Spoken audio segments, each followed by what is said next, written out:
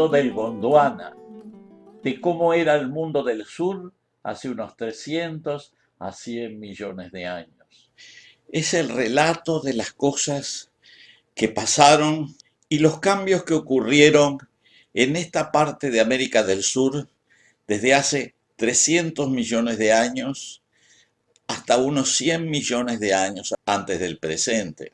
El nombre Gondwana proviene de una región del centro-este de la India con analogías geológicas con otras zonas de América del Sur, de África y de Australia. Los geólogos eligieron ese nombre para denominar un antiguo continente que existía en esa época remota. Este cuento comienza con montañas cubiertas de nieve y de hielo que estaban localizadas en lo que hoy es el sur de Uruguay y el suroeste de Río Grande do Sul. Tenían elevaciones de 2000 y 3000 metros e imperaba un clima muy frío. De las montañas descendían glaciares que transportaban grandes bloques y pedruscos de diversas rocas mezcladas con arena, limo y arcilla. Los materiales arrastrados por los glaciares se depositaban en las tierras bajas. A veces, durante los veranos, cuando los hielos se fundían, la acumulación de materiales obstruía el curso de los ríos, formando lagos donde también se depositaban sucesivas capas de arena y limo rítmicas que los geólogos llamamos barbitas. Algunos árboles que crecían en las zonas libres de hielo han dejado sus restos fósiles, que se han encontrado enterrados en los sedimentos de esa época. El principal orden botánico que ha sido identificado pertenece a la orden de los Glossopteris, que constituyeron uno de los primeros exponentes de las plantas con semilla. A ese periodo glaciar, que ocurrió hace unos 280 a 250 millones de años, se le llama Itararé en Brasil y San Gregorio en Uruguay, por los lugares donde se encontraron los testimonios rocosos de este antiguo ambiente.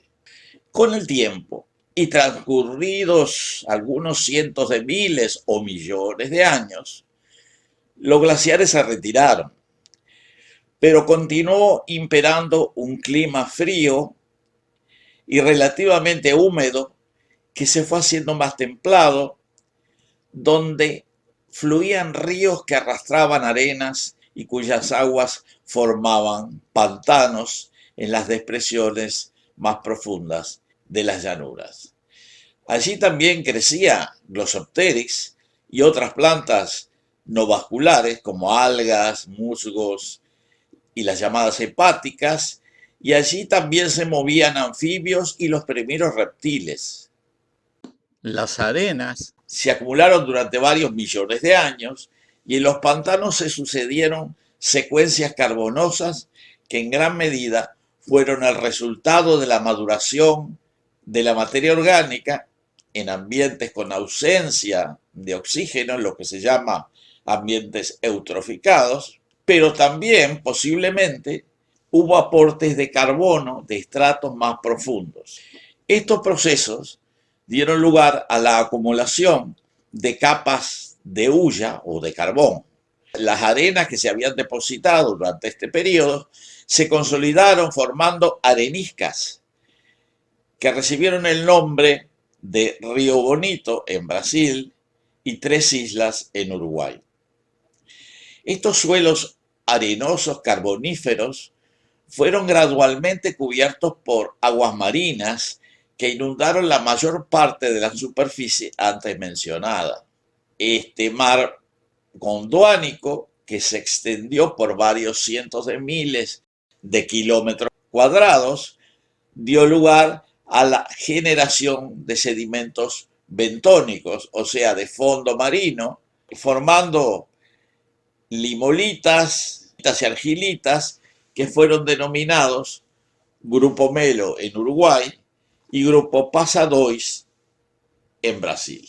Hace unos 200 millones de años Era un mar poco profundo y en sus aguas vivían peces y algunos reptiles acuáticos, un ejemplo de los cuales fueron los mesosauros, cuyo tamaño no excedía 1 metro de largo, y algunas especies de crustáceos.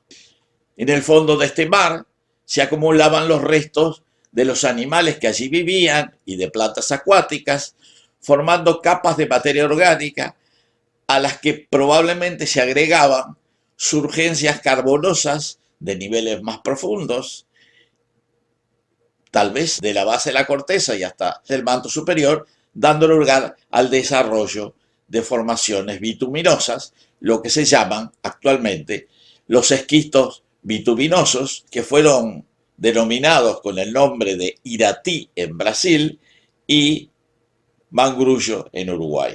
La existencia de este mar duró varios millones de años. Durante ese tiempo, las antiguas montañas comenzaron a erosionarse y disminuir su altura. Hace unos 180 millones de años, las aguas marinas comenzaron a retirarse, la profundidad disminuyó y las playas avanzaron. Las arenas de playa y las dunas adyacentes cubrieron los limos, las arcillas y los esquistos bituminosos hasta que no quedaron más que pequeños lagos y lagunas en donde se mantenía con dificultad una fauna de peces e invertebrados. En este ambiente vivían abundantes bivalvos, catalogados con el nombre científico de Piropus corporoides.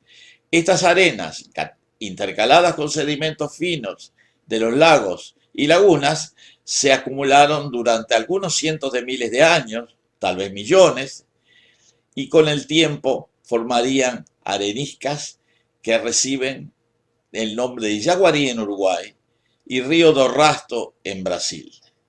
En estas zonas costeras vivían varias especies de peces con esqueletos cartilaginosos y varios tetrápodos, o sea, animales con 4 patas, incluyendo reptiles mamaliformes, como se les llama, de los cuales saldrían más tarde los primeros mamíferos.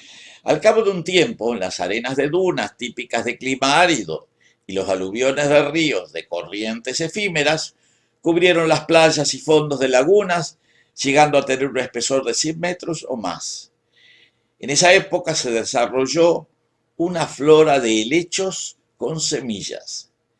La fauna de tetrápodos, que era común en el periodo anterior, tomó nuevas formas, como por ejemplo terápsidos, que luego darían nacimiento a los primeros dinosaurios. A estas arenas, que luego habrían de transformarse en areniscas, se las llama Buenavista en Uruguay, Sanga do Cabral en Río Grande do Sur y Piramboya en Sao Paulo y Santa Catarina en Brasil. Con el tiempo se secaron completamente las lagunas, los ríos comenzaron a correr de forma más irregular y espaciada y un gran desierto se instaló en el continente que hoy llamamos Gondwana. Nuevas capas arenosas se acumularon sobre las antiguas arenas que con el tiempo habrían de transformarse también en areniscas. En estos ambientes cuasi desérticos vivían varias especies de reptiles y dinosaurios y en algunas lagunas efímeras subsistían peces. Se conservan restos fosilizados de esta fauna e incluso recientemente se encontraron huellas de pisadas de grandes dinosaurios.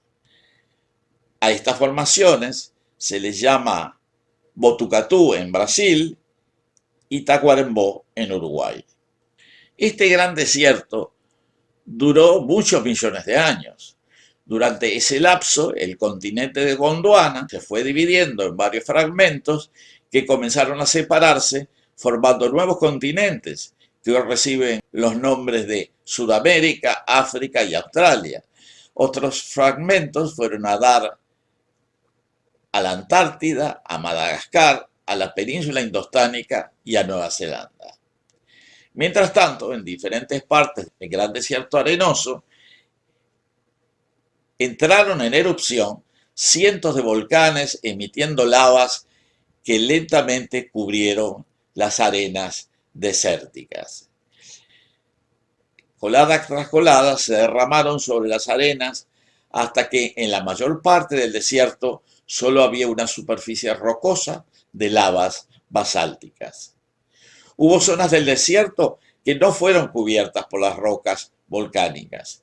En ellas permanecieron en superficie los sedimentos más antiguos y a través de ellos se puede reconstruir la evolución del paisaje en ese periodo de tiempo que transcurrió entre 280 millones de años y 100 millones.